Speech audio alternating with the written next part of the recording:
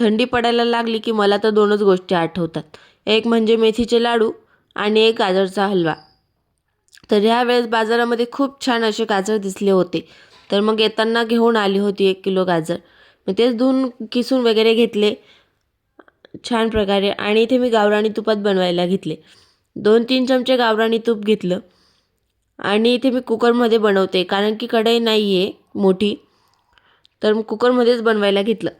सुरुवातीला तर कुकर पूर्ण फुल भरला, पण ते शिजत शिजत बरोबर कमी होऊन गेलं. त्याच्यात दूध टाकून घेतलं आणि मी डायरेक्ट शिट्ट्या करून घेतल्या कुकरच्या 2. त्याच्यामुळे थोडंफार लवकर तरी बनला. शिट्ट्या होत आहे तोपर्यंत म्हटलं चला ड्रायफ्रूट्स कट करून घ्यावा. ड्रायफ्रूट्स कट करून घेत नाही तोपर्यंत इथे माझ्या कुकरच्या 2 शिट्ट्या होऊन गेल्या होत्या.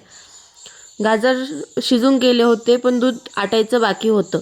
मग त्याच्यामध्ये साखर आणि ड्रायफ्रूट्स टाकून घेतले आणि आता दूध आटेपर्यंत वाट बघायची होती. सारखं सारखं हलवून घेतलं, त्याच्यात वेलचीची पावडरसुद्धा टाकून घेतली. आता बऱ्यापैकी दूध आटून गेलेलं, गाजरचा हलवा बनून रेडी आहे. चला आता शिवना टेस्ट करायला देऊ, त्यांना तर खूप आवडला. तर चला बाय.